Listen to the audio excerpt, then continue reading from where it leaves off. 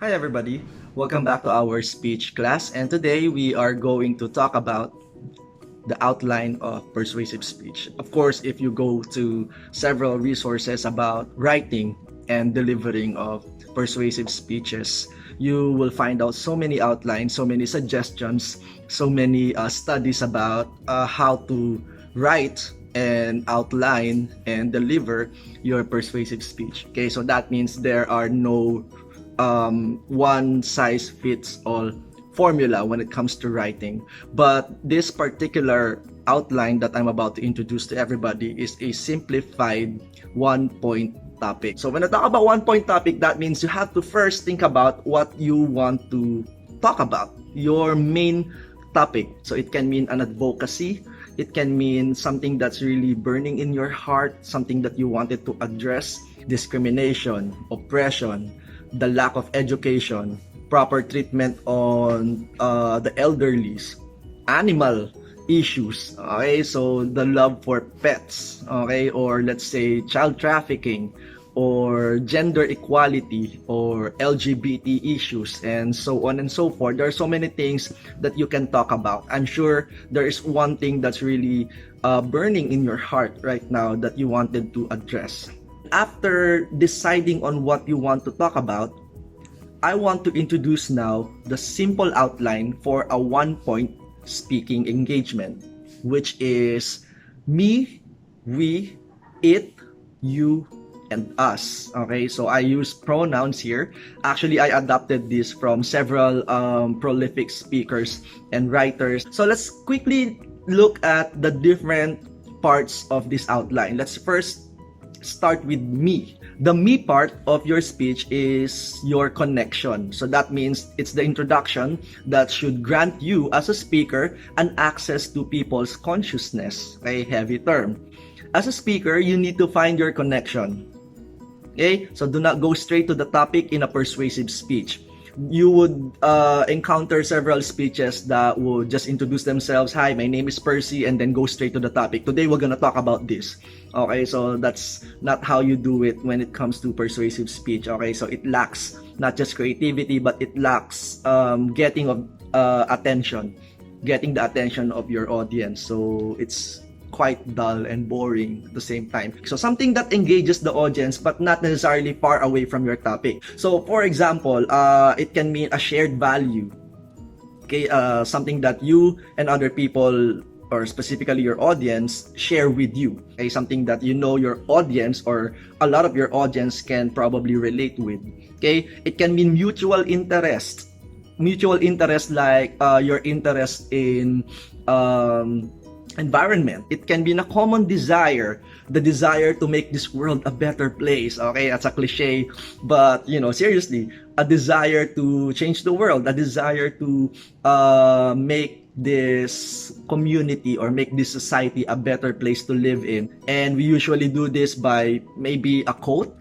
Okay, sharing an important, powerful quote to begin with, or a set of facts that are interesting. Now, the set of facts should not mean a heavy fact. Okay, so it can be a trivia, or it can be something that is factual but at the same time interesting. Okay, not too heavy. It can mean a rhetorical question, a question that you want other people to also think about, or it can also mean a relevant story. Okay, it can mean a story that really happened in your life personally. There are so many creative ways of doing the me. The me is necessarily, of course, not the most important, but it is the most engaging, and it actually sets the direction of the speech because that's where you connect. The mark of a very engaging speaker is actually being creative in the me part, in the introduction part. Now, after you talk about the me, after you talk about yourself and your story, or the things that that would motivate your audience to listen to you, you now transition to the we. So this is usually marked by a transition statement or a connecting piece. A transition statement can mean a question as well, can mean something that connects your me to the we part. Okay, usually this is marked by a question that relates the connect to the audience or the me to the audience, or situations that your audience share with. Okay, so make your audience situate themselves to your story or to your creative introduction. The audience mood and the general atmosphere of the talk depends on how you relate the me to the we. It also makes the audience feel that you are not just sharing something they cannot relate with or should not bother to think about. And the we part should be your emotional common ground with the audience. So it's important to connect with their emotions, okay? Even if you are not or the least emotional person you think you are, it's still important to connect to the emotions of your audience, because that's where they would decide if they would listen to the entire story or listen to the entire speech or not. And the moment you transition the me to the we, that is where you are sharing common ground to your audience. And then from there, you start to connect it to the next part of the speech, which is the it or the topic itself, your 1-point topic. This is the main content of the speech. This is where the message is shared. To make the body of the speech good or the it part of the speech excellent, you need to make it clear, number 1, complete, number 2, number 3, coordinated, and number 4, compelling. What do we mean by this? Clear. Should have clarity of content and delivery. Okay, so that means you should be clear when it comes to your content. What do you really want to say? Is your me and we connected to your topic? Or maybe you're using a me and a we that is not really related to the it. Then it's not clear. You should make it clear, not just in terms of the outline and in terms of the topic, but also in terms of delivery. Sometimes when we speak, and I think that's the biggest challenge, when we speak, we are clear with our topic, but we're not clear with the delivery. We cannot be understood. That's why it takes a lot of time and practice for beginner speakers like us, to perfect and to be excellent in delivering our persuasive speeches. Okay, so it should be clear. Number 2, it should be complete.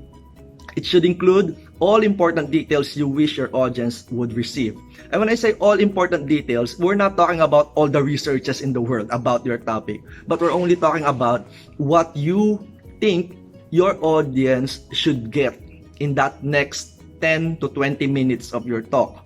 Okay, so that means your thoughts should be complete. Do not give them a hanging topic. Okay, do not give them something that is not well researched, let's say, or something that is not proven, something that is not true.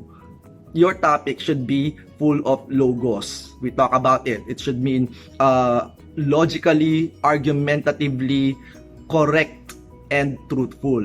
Okay, so it should be complete. Next, coordinated. The arrangement of speech should be logical and coherent.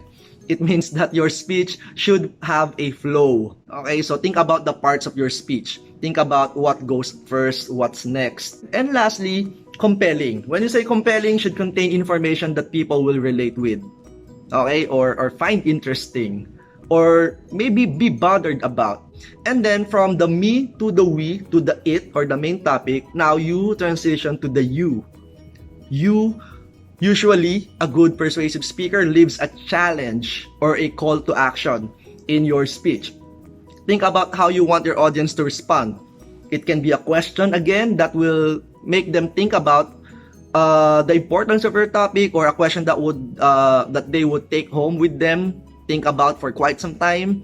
Or it can also mean a change of attitude for your audience, a change of behavior, or simply an application that you want people to embrace. So that's how you transition to the you. You make your audience think about actions or application, or think about how they can take part or participate.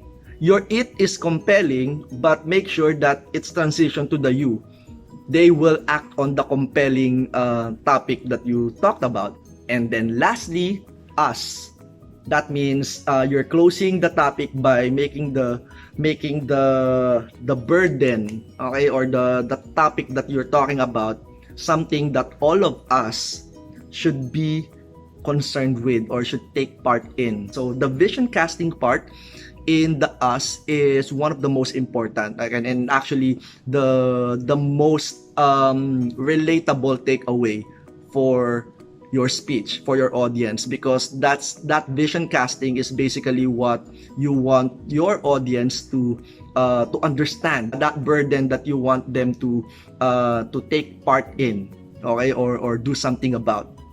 You can take this part to paint a picture of the benefit of your topic or the consequence of its opposite. So this is basically the outline of our persuasive speech. 1 point persuasive speech. We have again the me, your introduction, the we, relating your introduction to the we, the audience, the it, the main topic, the you, the call to action, the application, the challenge, and of course, lastly, the us, or the vision casting part, relating the topic and the burden of your topic to everybody, including you. So as we write our persuasive speech, our 1 point persuasive speech, we will follow this outline and think about what we want to address or talk about as a burden. So that's just it for today. Thank you everyone and have a great week.